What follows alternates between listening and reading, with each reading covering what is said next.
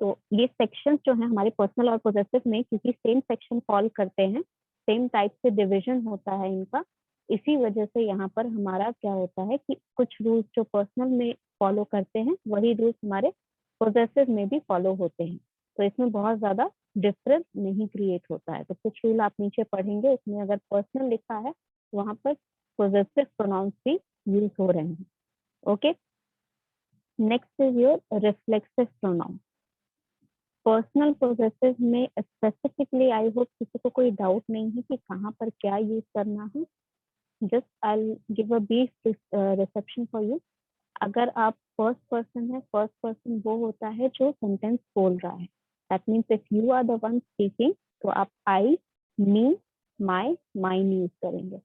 अगर आपके साथ आपका एक ग्रुप इंक्लूडेड है, फॉर एग्जाम्पल आप अपने पूरे ग्रुप ऑफ फ्रेंड्स के बारे में बात कर रहे हैं, तो वी, अस, आर, आर, ये होगा हमारा। ठीक है, this section is specified as yes, this section is specified as possessive pronouns. This is for possessive pronouns. ये यहाँ पे लिखना था पर टेबल एडिट नहीं हो पा रहा है, इसीलिए नहीं लिख पा रही हूँ। तो सेकेंड पर्सन के लिए आपका सब्जेक्ट और ऑब्जेक्ट के लिए दोनों सेम यू रहता है। पोजेसिव में अगर आपका कॉमन नाउन के पहले लगा है तो योर लगेगा, कॉमन नाउन के बाद लगा है तो योर्स लगेगा। ठीक है, थर्ड पर्सन आपका जो है मेल के लिए ही, हिम, हिज लगेगा पोजेसिव में। ठीक है, पोजेसिव में अगर आपका हिज जो है वो ऑब्जेक्ट से पहले लग रहा है या बाद में लग रहा है, that doesn't make a difference, दोनों ही जगह हिज लगेगा। She, her, her and hers ये यूज होता है फीमेल के लिए। सब्जेक्ट की जगह शी लगेगा, ऑब्जेक्ट की जगह हर लगेगा। पोजेशन में हर लगेगा जब आपका जो भी चीज का पोजेशन बताया जा रहा है उससे पहले लग रहा है, उसके बाद लगेगा तो हर्स लगेगा। इट आपका अगेन यू की तरह सब्जेक्ट और ऑब्जेक्ट में हेलो, डिफरेंशिएट नहीं करता। यस सचिन, हर और हर्ष के बारे में नहीं समझना। इसके बाद ये हर ऑब्जेक्टिव समझ रहे हैं। हर और हर्ष हो क्या है पोजीशन। पोजेशन में है बच्चे, पोजेशन मैम में है। Give example.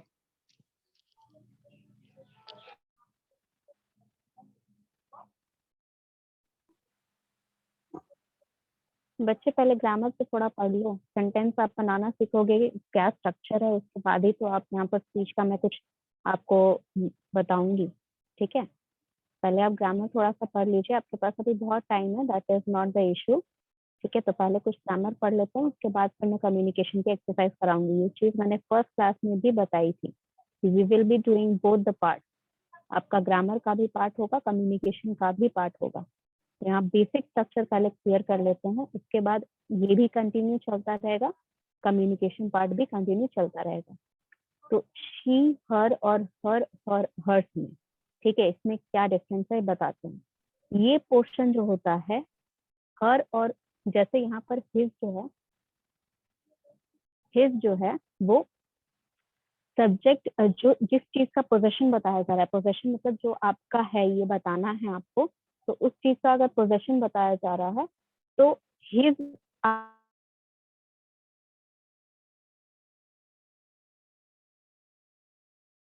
मैम आपकी आवाज नहीं आ रही है मैम। आप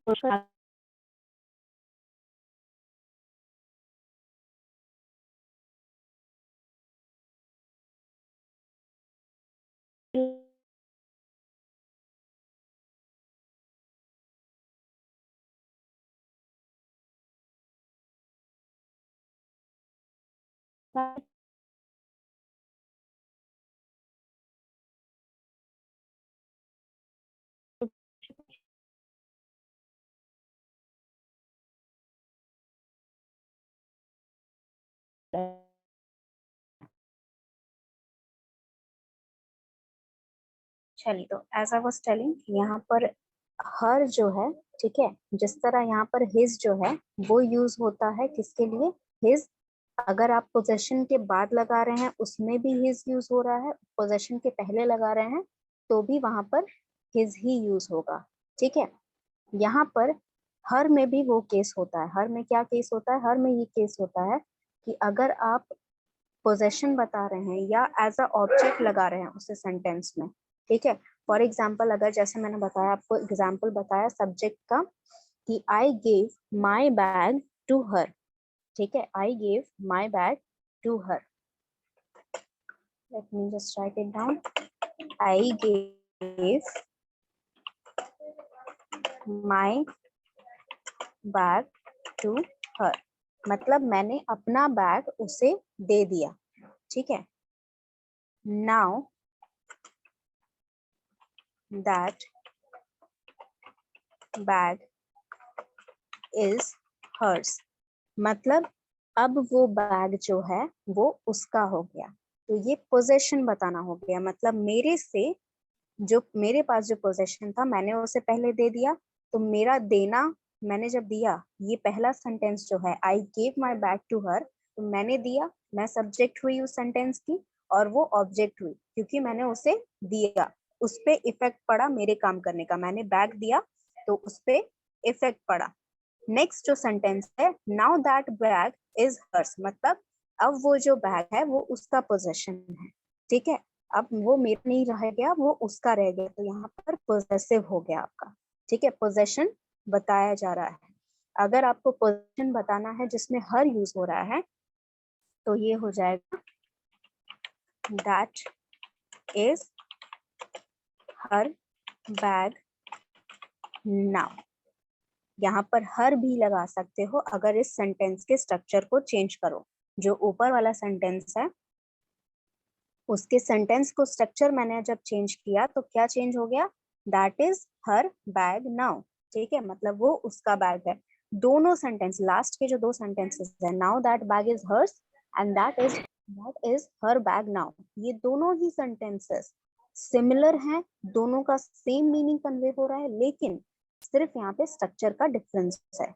एक में आपका जो स्ट्रक्चर है उसमें हर्स बाद में आ रहा है, नाउ दैट पहले आ रहा है, अभी नेक्स्ट वाले सेंटेंस में दैट इज हर बैग आ रहा है, फिर नाउ आ रहा है, ठीक है। तो ये बस स्ट्रक्चर पे डिफरेंस क्रिएट कर देता है कि किसका स्ट्रक्चर आपको कैसे बनाना है, उस पर डिपेंड करता है कि आप हर यूज कर रहे हैं या फिर हर्स यूज कर रहे हैं, ठीक है। समझ में आ गया? यस। ओके, तो इट में आई होप कोई डाउट नहीं है, लेकिन मैं फिर भी बताती हूँ। इट आपका सिमिलर यू की तरह ऑब्जेक्ट और सब्जेक्ट में चेंज नहीं होता है। अगर आप उसे ऑब्जेक्ट की जगह देख रहे हो या सब्जेक्ट की जगह रख रहे हो, दोनों ही जगह वो इट ही रहेगा, और अगर पोजेशन बता रहे हो तो वो इट्स ही रहेगा, ठीक है। The dog is wagging its tail, तो यहाँ पर डॉग जो है वो अपना टेल हिला रहा है, ठीक है। यहाँ पर उसका इट्स हो जाएगा क्योंकि हमें नहीं पता कि डॉग जो है वो मेल है या फीमेल है, ठीक है। इवन दो यहाँ पर जब हम बायोलॉजिकल सेंस में अगर बात करें तो हमें पता है कि डॉग जो होते हैं उन्हें मेल कहते हैं, ठीक है। फीमेल डॉग्स का कुछ और नाम होता है। स्टिल यहाँ पर इंग्लिश में इसे जब आप सेंटेंस फॉर्म करेंगे तो जब आपका जेंडर स्पेसिफाइड नहीं किया गया है तो उन एनिमल्स के लिए आप मोस्ट ऑफ द केसेस में इट ही यूज करेंगे। और किसके लिए इट यूज करते हैं? इट यूज करते हैं अनबॉर्न चाइल्ड के लिए, ठीक है, जिस बच्चे का आपको जेंडर नहीं पता।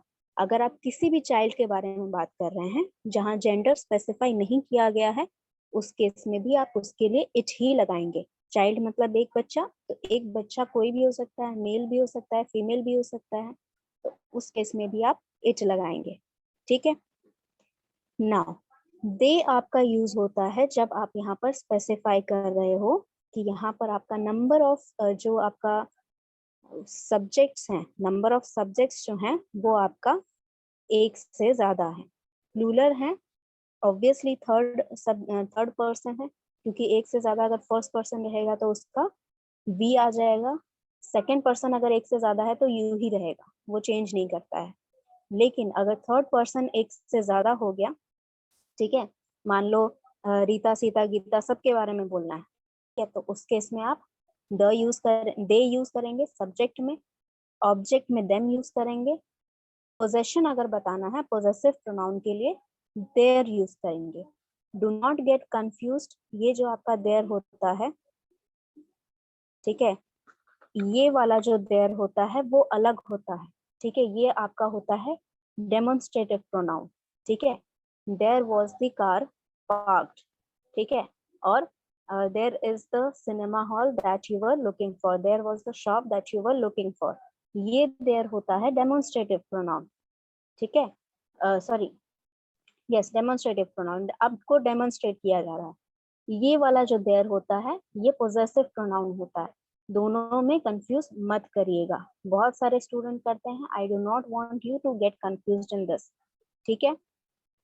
नाउ नेक्स्ट फॉर्म, देयर और देयर का स्पेलिंग अलग होता है, मीनिंग अलग होता है, ठीक है, तो यहाँ पर कंफ्यूजन नहीं होना चाहिए, प्रोनाउंसिएशन सेम होता है, ठीक है, दोनों को प्रोनाउंस सेम चीज से करते हैं।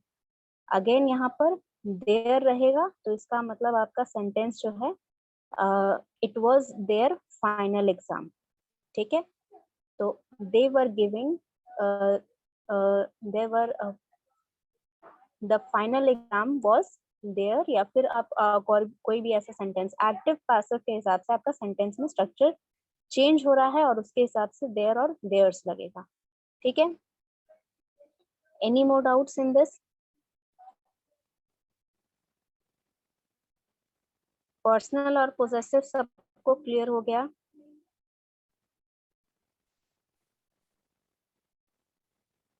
Yes ma'am. Yes ma'am. Non living के लिए इट यूज होता है बच्चे, नॉन लिविंग थिंग के लिए इट यूज होता है, ठीक है। देयर का एग्जांपल दें, देयर का एग्जांपल मैं लिख के बता देती हूँ, ठीक है। देयर का example,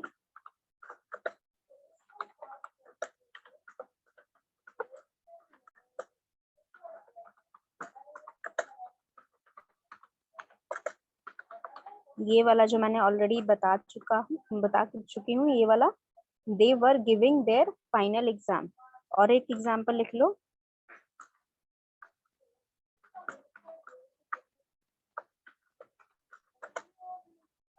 they went to the zoo and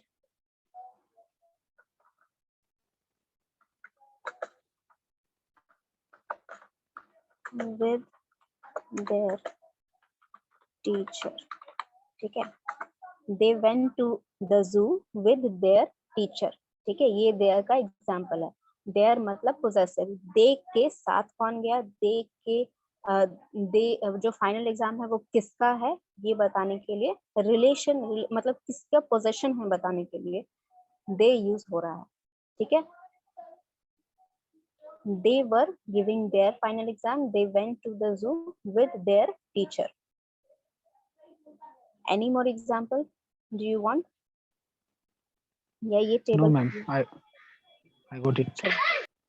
बहुत बढ़िया, क्लियर हो गया, तो let's move on to the next part. Next type है आपका रिफ्लेक्सिव प्रोनाउन।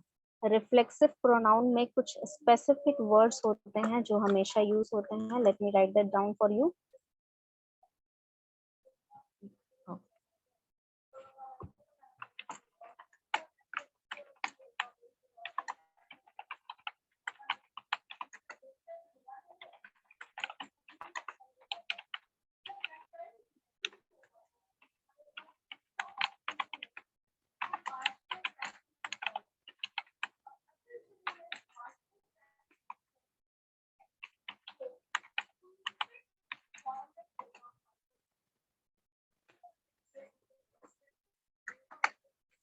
तो ये सारे जो वर्ड आपको स्क्रीन पे दिख रहे हैं, ठीक, ये सारे जो होते हैं ये आपका होता है रिफ्लेक्सिव प्रोनाउन के लिए, ठीक है। रिफ्लेक्सिव प्रोनाउन के यूज करने का मतलब क्या हुआ, रिफ्लेक्शन दिखाना, ठीक है, मतलब रिफ्लेक्शन का मतलब क्या हो रहा है, परछाई दिखाना। तो अगर ये सारे वर्ड्स किसी सेंटेंस में यूज हो रहे हैं, इसका मतलब जो भी प्रोनाउन, पर्सनल प्रोनाउन या जो भी नाउन यूज हुआ है उस सेंटेंस में, उसके ऊपर वापस से रिफ्लेक्शन, उसकी परछाई दिखा रहा है, ठीक है। ये एग्जाम्पल एक गिवन है, ठीक है। the request came from the employees themselves. इससे ज्यादा अच्छा एग्जांपल होगा, late me write this down.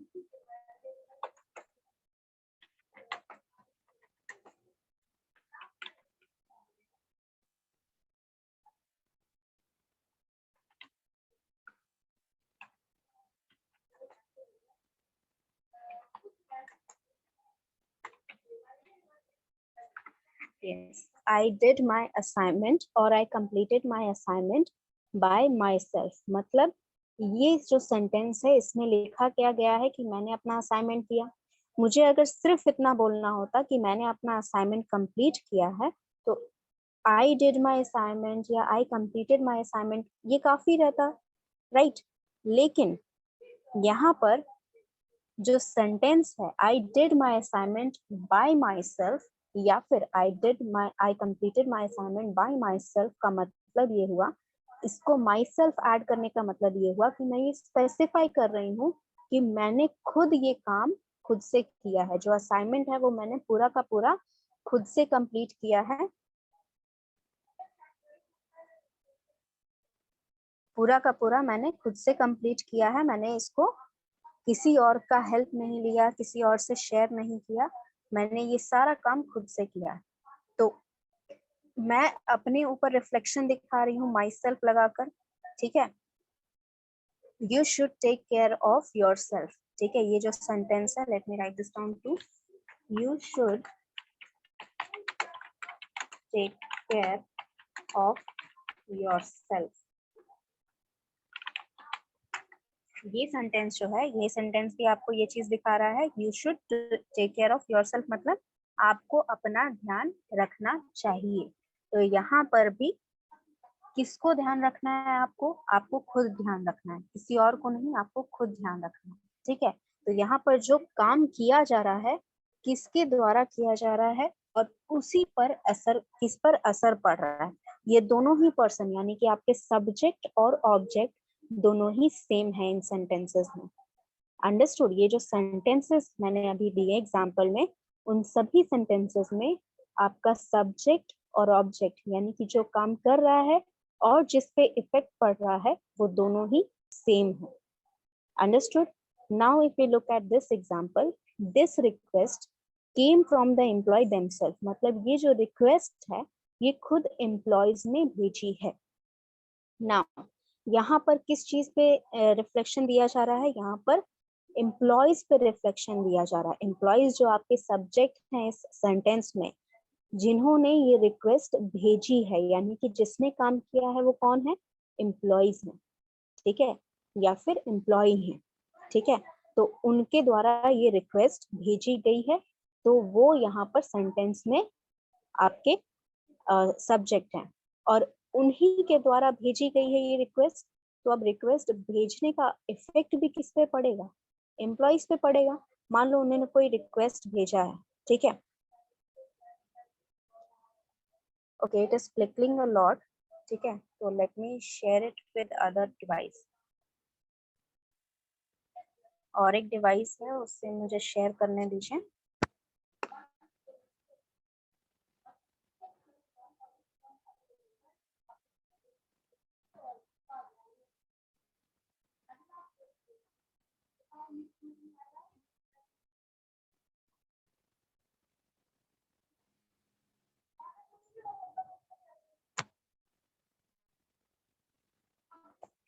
Yes, till the time let me explain you. जो चीजें मैं बता रही थी वो चीजें मैं एक्सप्लेन कर देती हूँ. जैसा कि मैंने बताया कि यहाँ पर जो रिक्वेस्ट है वो एम्प्लॉयज की तरफ से खुद से आ रही है. तो यहाँ पर ये रिफ्लेक्शन किस पे डाला जा रहा है? रिफ्लेक्शन डाला जा रहा है एम्प्लॉयज पे, जो कि आपके ma'am subject. Please share your screen. हाँ, गिव मी 1 मिनट. यहाँ पर फ्लिकर कर रहा है, I am sharing it with another device, ठीक है. एक मिनट रुक जाइए बच्चे. स्क्रीन जो है फ्लिकर कर रहा है, वो दूसरे स्क्रीन से मैं शेयर कर रही हूँ, दूसरे डिवाइस से. तो यहाँ पर आपका जो एम्प्लॉयज वाला है केस, ठीक है. एम्प्लॉयज क्या करते हैं? एम्प्लॉयज ने खुद ये जो रिक्वेस्ट है ये आपको भेजी है, जो भी सीनियर है उनको ये रिक्वेस्ट खुद भेजी है। तो यहाँ पर themselves जो है वो एम्प्लॉइज को रिफ्लेक्ट कर रहा है, यानी कि उनके तरफ उनकी परछाई एक तरह से बता रहा है किसने ये रिक्वेस्ट भेजी है, तो एम्प्लॉइज ने खुद भेजी है। ठीक है, तो यहाँ पर themselves जो हो गया आपका, themselves आपका हो गया, यस themselves आपका हो गया reflection of what, reflection of the employees. तो जब आपका रिफ्लेक्शन दिखाते हैं तो उस केस में क्या होता है, रिफ्लेक्सिव प्रोनाउंस लगते हैं, और स्पेसिफिकली सिर्फ यही वर्ड्स रिफ्लेक्सिव प्रोनाउन में होते हैं। लेकिन जरूरी नहीं है कि रिफ्लेक्सिव प्रोनाउंस के अलावा ये वर्ड्स कहीं और यूज ना हो। ये केस रिफ्लेक्सिव, ये सारे वर्ड्स जो हैं ये रिफ्लेक्सिव प्रोनाउन के लिए जरूर यूज होते हैं, लेकिन इनके अलावा ये एम्फेटिक प्रोनाउन के लिए भी यूज होते हैं। कैसे यूज होते हैं वो मैं बताती हूँ। देखो, जैसे हमने देखा कि जो सब्जेक्ट केस में जो आई, अस, ये सारे वर्ड्स थे, ये स्पेसिफिकली पर्सनल प्रोनाउन और पोजेसिव प्रोनाउन के लिए होते हैं। लेकिन बाकी के जो यहाँ पर टाइप्स ऑफ प्रोनाउंस हैं वो एक तरह से आप कह सकते हैं कि वर्ड्स जो आपस में शेयर करते हैं। ठीक है, कुछ ना कुछ वो लोग आपस एक दो कभी कभार वर्ड्स शेयर कर, तो रिफ्लेक्सिव और एम्फेटिक और इंटेंसिव आपस में ये सारे शेयर करते हैं। फॉर एग्जाम्पल, एम्फेटिक प्रोनाउन का मतलब क्या होता है, एम्फेटिक या फिर इंटेंसिव का मतलब होता है कि जहां पर आप बहुत ही, इंटेंस का मतलब क्या होता है कि आपने इंटेंस कंसंट्रेशन लगा रखा है, मतलब आपने बहुत ही ज्यादा पैशनेट तरीके से यहाँ पर कंसंट्रेशन लगा रखा है, यानी कि बहुत ज्यादा ही आप कॉन्सेंट्रेटेड हैं। ठीक है, तो ये सारी चीजें मतलब इंटेंस हो जाना, यानी कि एम्फसाइज करना, यानी कि बहुत ज्यादा इंपॉर्टेंस देना। ठीक है, तो इसका सेंटेंस में क्या मतलब होता है, सेंटेंस में जब आप किसी पार्ट पर, सेंटेंस का कोई भी पार्ट है उस पे अगर आप बहुत ज्यादा जोर डाल रहे हैं, बहुत ज्यादा स्ट्रेस डाल रहे हैं, बहुत ज्यादा इंपॉर्टेंस दे रहे हैं, तो उस पार्ट को हम कहते हैं ऑब्वियसली प्रोनाउन हो तब उसके हम इंटेंसिव और एम्फेटिक प्रोनाउन देते हैं। अंडरस्टूड?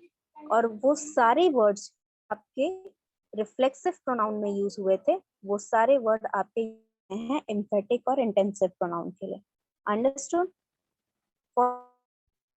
सेम में ये चीज जहां पर रिफ्लेक्सिव यूज हो रहा है वहां पर इंटेंसिव और एम्फेटिक प्रोनाउन भी यूज हो रहा है। जो सेंटेंसेस मैंने यहाँ पर एग्जांपल में लिखा है, ठीक है, you should take care of yourself. ठीक है, तो यहाँ पर इम्पोर्टेंस किस बात पे दिया जा रहा है कि तुम्हें खुद अपना ध्यान रखना है। ठीक है, कोई और तुम्हारा ध्यान रखने नहीं आएगा, तुम्हें खुद अपना ध्यान रखना है। तो ये खुद जो बोल रहे हो दैट इज योर रिफ्लेक्सिव और emphatic pronoun. My self, your self, themselves, ये इन्हीं वर्ड्स के लिए यूज होता है। If you look at same example, इस एग्जाम्पल को अगर हम सेम एग्जाम्पल को देखें तो यहाँ पर this request, 1 minute, this request came from the employees themselves. तो यहाँ इंपॉर्टेंस क्या जा रहा है कि एम्प्लॉइज ने खुद ये रिक्वेस्ट अपने से भेजी है, ना किसी सीनियर ने उन्हें फोर्स किया है और ना ही सीनियर की तरफ से ये रिक्वेस्ट आई है। ये एम्प्लॉय जो है उन्होंने खुद ये रिक्वेस्ट भेजी है। तो यहाँ पर देमसेल्फ पे इम्पोर्टेंस दी जा रही है कि उन्होंने खुद ये रिक्वेस्ट भेजी है, इसीलिए आपको मान लेनी चाहिए। यहाँ पर कोई भी जबरदस्ती नहीं हो रही है, ना ही यहाँ पर कुछ ऐसा किया जा रहा है कि किसी और की रिक्वेस्ट भेज दी गई है एम्प्लॉयज का नाम लेकर। एम्प्लॉय ने खुद ये रिक्वेस्ट भेजी है। तो देमसेल्फ जो है यहाँ पर इम्पोर्टेंस भी क्रिएट कर रहा है और रिफ्लेक्शन भी क्रिएट कर रहा है। रिफ्लेक्शन वो क्रिएट कर रहा है एम्प्लॉय का, और इम्पोर्टेंस वो क्रिएट कर रहा है कि ये जो रिक्वेस्ट है वो एम्प्लॉय ने खुद भेजी है।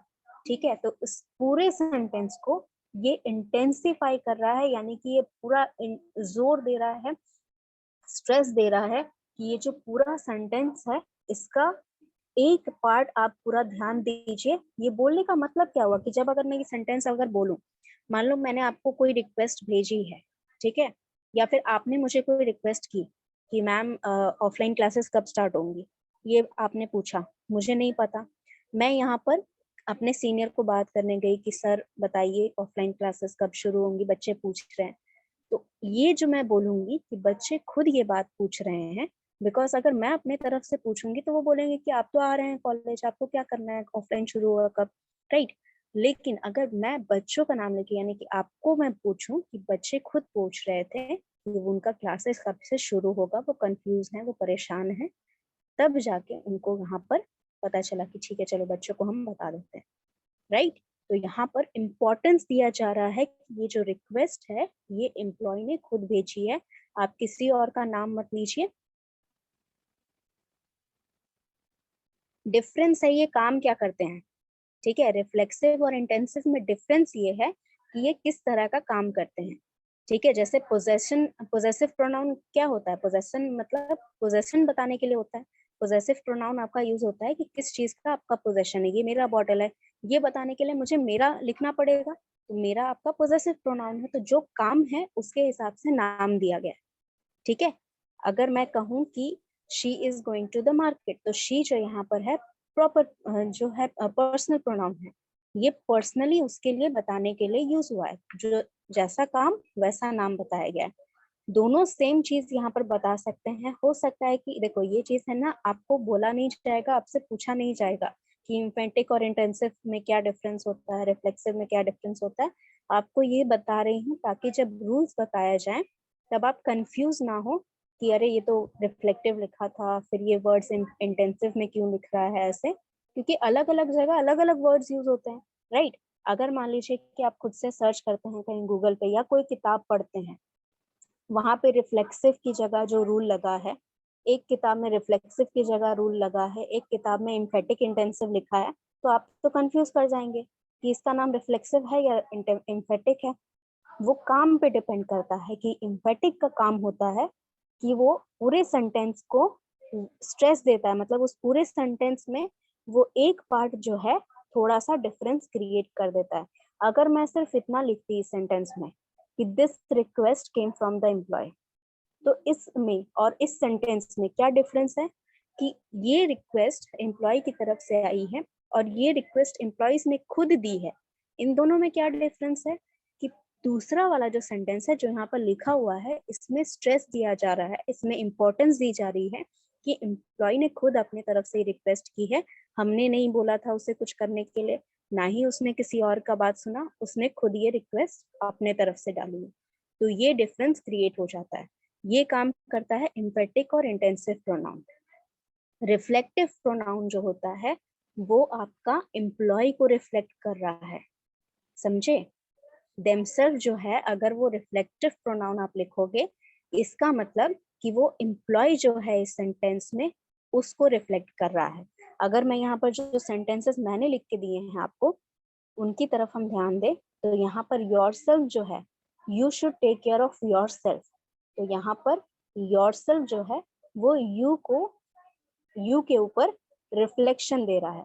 I did my assignment bye my self, तो माई सेल्फ जो है वो आई पे रिफ्लेक्शन दे रहा है, यानी कि यहाँ पर जो भी नाउन या प्रोनाउन यूज हो रहा है उनके तरफ अगर रिफ्लेक्शन जा रहा है तो रिफ्लेक्सिव प्रोनाउन है, और अगर यहाँ पर इम्पोर्टेंस बताई जा रही है तो यहाँ पर एम्फेटिक और इंटेंसिव प्रोनाउन है, ठीक है। Okay ma'am. Okay, okay any more doubts? अगर कोई स्पेसिफिक डाउट है तो आप पूछ सकते हो। चलिए, डाउट नहीं है तो let's move on to the next part. Next part है आपका इंटेंसिव का। बच्चे सेम एग्जांपल है, जितने एग्जांपल हैं यहाँ पर सारे ये इंटेंसिव और रिफ्लेक्शन दोनों के लिए यूज होंगे। दे themselves know that the prank was in bad taste.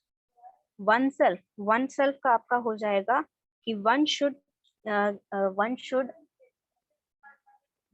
Gate the opportunity and make oneself successful.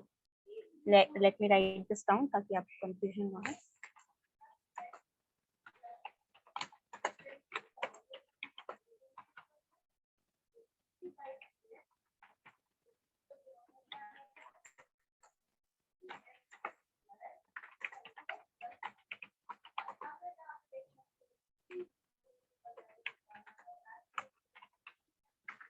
ये आपका सेंटेंस हो गया वन सेल्फ से। One should take the opportunity and make one self successful, यानी कि जो भी अपॉर्चुनिटी है उसे हमें ले लेना चाहिए और हमें खुद को सक्सेसफुल बना लेना चाहिए।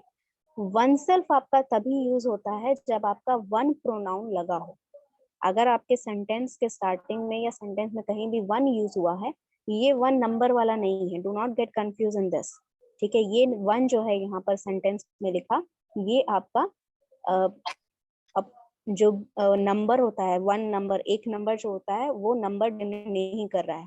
ये वन जो है ये एवरी वन में से एवरी निकाला गया जो वन बचता है वो डोनेट कर रहा है, यानी कि ये एक डिस्ट्रीब्यूटिव प्रोनाउन है, ठीक है। डिस्ट्रीब्यूटिव क्या प्रोनाउन होता है वो हम नीचे देखेंगे। ये वन जो है यहाँ पर ये नंबर नहीं है, वन नंबर नहीं है, ये प्रोनाउन है जो एवरी वन में से अगर हम एवरी निकाल देते हैं और सिर्फ वन रखते हैं तो वो वन यहाँ पर जो लग रहा है दैट इज दैट वन, ठीक है। और उसके साथ यहाँ पर सेंटेंस हम तब लगाते हैं, वन हम तब यूज करते हैं, देखो वन कब हम यूज करते हैं, वन हम तब यूज करते हैं जब हमें, मान लीजिए मेरा एक बुक लिख रही हूँ मैं, ठीक है, और उस बुक में जो भी कुछ मैंने सजेशन दिया है किसी को कुछ करने के लिए, अब मुझे तो नहीं पता कि वो बुक कौन कौन पढ़ रहा है, ठीक है, मेल पढ़ रहा है, फीमेल पढ़ रहा है, ठीक है, 10 लोग पढ़ रहे हैं, 10,000 लोग पढ़ रहे हैं, मैं सबके बारे में तो नहीं लिख सकती। तो यहाँ पर वन उस सिचुएशन में यूज होता है जब मुझे नहीं पता कि मेरा रिसीवर कौन है। हो सकता है 4 ही लोग मेरी बुक पढ़े, हो सकता है 1 ही लोग मेरी बुक पढ़े, हो सकता है 4,000 लोग मेरी बुक पढ़ ले, लेकिन मुझे ये नहीं पता है लिखते टाइम कि कितने लोग मेरी बुक पढ़ेंगे। तो मैं जितने ज्यादा हो सके उतने ज्यादा लोगों के लिए लिखूंगी, राइट। तो यहाँ पर उस सिचुएशन में आपका वन यूज होता है जब आपको पता है कि आपका रिसीवर जो है वो उसका नंबर अननोन है। नंबर अननोन है तो ऑब्वियसली आपको पता है कि जेंडर अननोन होगा, क्योंकि अगर 4 लोग हैं, 4 लोग में से कौन कौन है मैं पता लगा सकती हूँ, कितने मेल है कितने फीमेल है मैं स्पेसिफाई कर सकती हूँ। लेकिन 4,000 हैं, 4 लाख हैं, तो मैं स्पेसिफाई नहीं कर सकती, मुझे बहुत बड़ा सर्वे करना पड़ेगा उसके लिए, कितने मेल है कितने फीमेल हैं, राइट। तो उस केस में बुक लिखने से पहले जब मैं ये लिख रही होंगी तब मेरे दिमाग में यही आएगा कि जो पढ़ रहा है सबके लिए है ये लाइन, ठीक है। ये जो कोई भी मेरा बुक पढ़ रहा है उन सभी के लिए ये लाइन मैंने लिखी है, तो उस केस में आपका वन यूज होता है, ठीक है। अंडरस्टूड? यस मैम, जैसे मैं बोल सकता हूँ कि जैसे वो दैट इज नाइस वन, यहाँ पे फिर वो फॉलो नहीं कर रहा है जो आप बताएं। नहीं, वो फॉलो कर रहा है, बिल्कुल फॉलो कर रहा है। वो पर्सन जो है या फिर वो जो ऑब्जेक्ट है वो अच्छा है। अब वो ऑब्जेक्ट कुछ भी हो सकता है, वो पर्सन कुछ भी हो सकता है, आप स्पेसिफाई थोड़ी कर रहे हो कि वो सिंगुलर है, प्लूरल है, या फिर कौन है, मेल है, फीमेल है, आप स्पेसिफाई नहीं कर रहे हो। ये बिल्कुल फॉलो कर रहा है। वन वहां पर किसके लिए यूज हो रहा है, this is a good one, ठीक है, मतलब ये अच्छा था, ठीक है। अब ये कौन है आपको क्या पता, या जिससे आप बात कर रहे हो सिर्फ वही जान रहा है, या जो आप बात कर रहे हो सिर्फ वही जान रहा है। लेकिन अगर कोई तीसरा बंदा आपकी बात सुनेगा तो उसको नहीं समझ में आएगा कि ये वन कौन है यहाँ पर, राइट। तो यस यहाँ मैम। पर वन जो है स्पेसिफाई नहीं कर रहा है कि कौन लोग हैं यहाँ पर, वन में कौन आ रहा है, एक पर्सन आ रहा है, 2 पर्सन है, 10,000 आ रहे हैं, मेल आ रहा है, फीमेल आ रहा है, ये स्पेसिफाई नहीं हो रहा है, तब आप वहां पर वन लगा रहे हो। जरूरी नहीं कि सब कुछ स्पेसिफाई नहीं हो रहा है, कुछ एक भी स्पेसिफाई नहीं हो रहा है तब भी आप वन लगा रहे हो।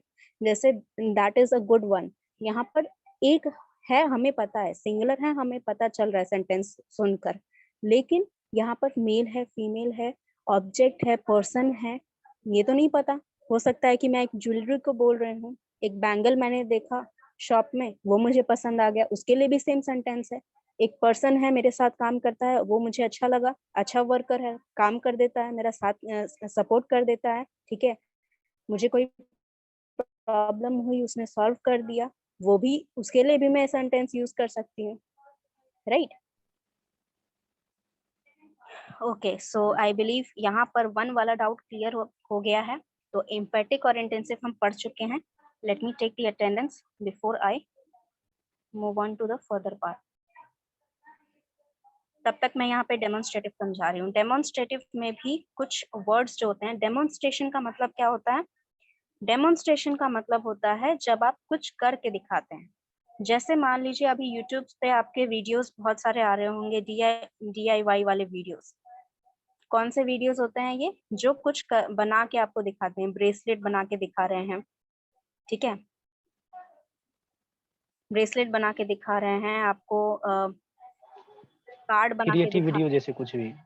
हाँ क्रिएटिविटी मतलब कुछ भी, जरूरी नहीं क्रिएटिव हो, लेकिन कुछ भी बना के दिखा रहे हैं। जैसे मान लीजिए कि आपने कोई ऐप क्रिएट किया, तो आप उसको जब इन्वेस्टर के सामने दिखाओगे या किसी के भी सामने शो करोगे, तो आप दिखाओगे उसको कैसे यूज करते हैं, ठीक है, उसको डाउनलोड करके दिखाओगे गूगल ऐप से, प्ले ऐप से। तो यहाँ पर डाउनलोड करने के बाद उसको लॉगिन कैसे करना है, यूजर आईडी कैसे बनाना है, उसके बाद मेन फ्रेम को कैसे वहां पर नेविगेट करना है, ये सारी चीजें आप बताओगे उसमें, तो उसको डेमोन्स्ट्रेशन कहते हैं, कि आप करके दिखा रहे हैं कि उसे कैसे यूज किया जाए या फिर कैसे बनाया जाए, ये सारी चीजें डेमोन्स्ट्रेट की जा रही है, ठीक है।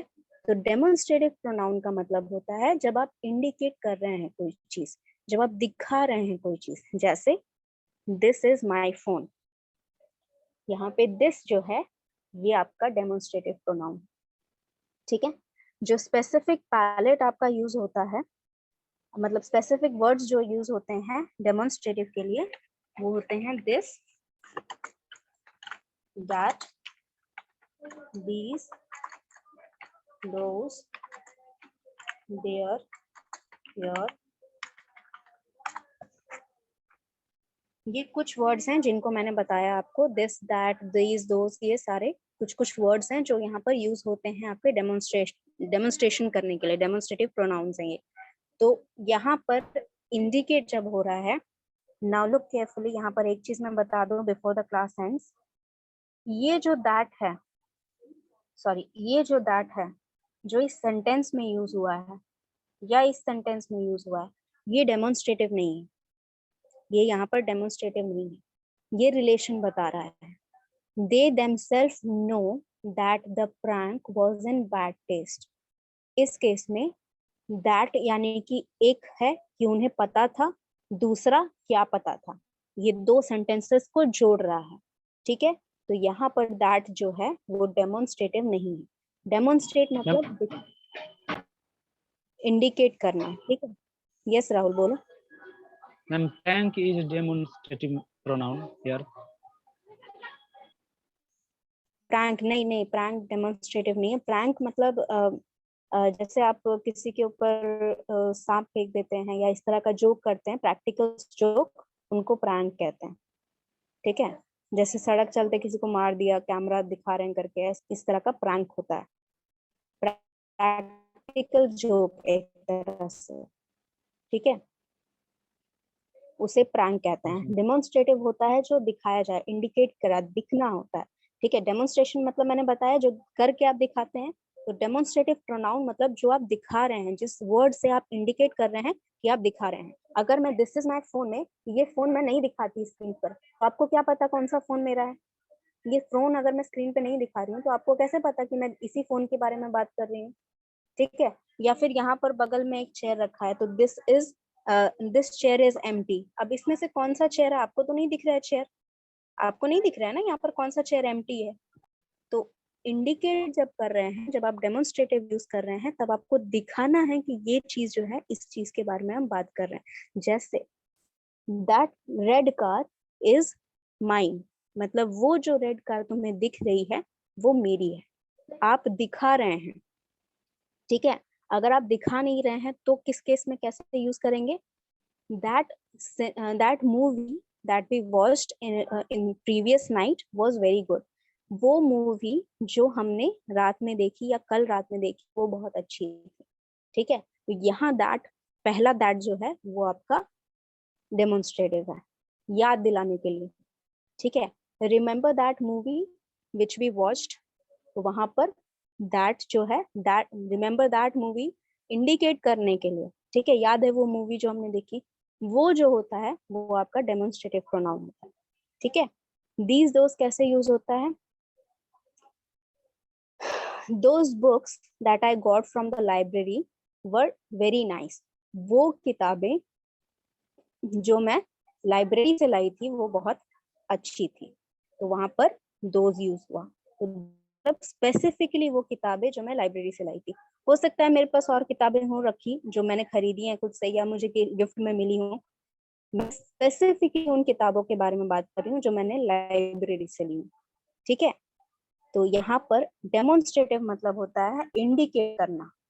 आप दिखा रहे हैं या फिर आप याद दिला रहे हैं, इंडिकेट कर रहे हैं कि आप उसी चीज के बारे में बात कर रहे हैं, स्पेसिफिक चीज के बारे में बात कर रहे हैं। ठीक है, now yes ma'am, I got. हाँ चलो ये समझ। तो यहाँ क्लास करेंगे डेमोन्स्ट्रेटिव प्रोनाउन से ही, give you more example and after that in the next class. Ma'am you will send this PDF PDF once I have completed it. Can I use that at the place of doing that book? Yes, that मतलब एक, that और this use होता है singular के लिए, तो that book मतलब एक बुक, those book या these book मतलब these books या फिर those books प्लूरल के लिए यूज होता है। चलिए ये डाउट क्लियर हो गया, तो हम लोग नेक्स्ट क्लास फिर इसको फर्दर करेंगे। ठीक है, I have taken the attendance, you need not worry about that.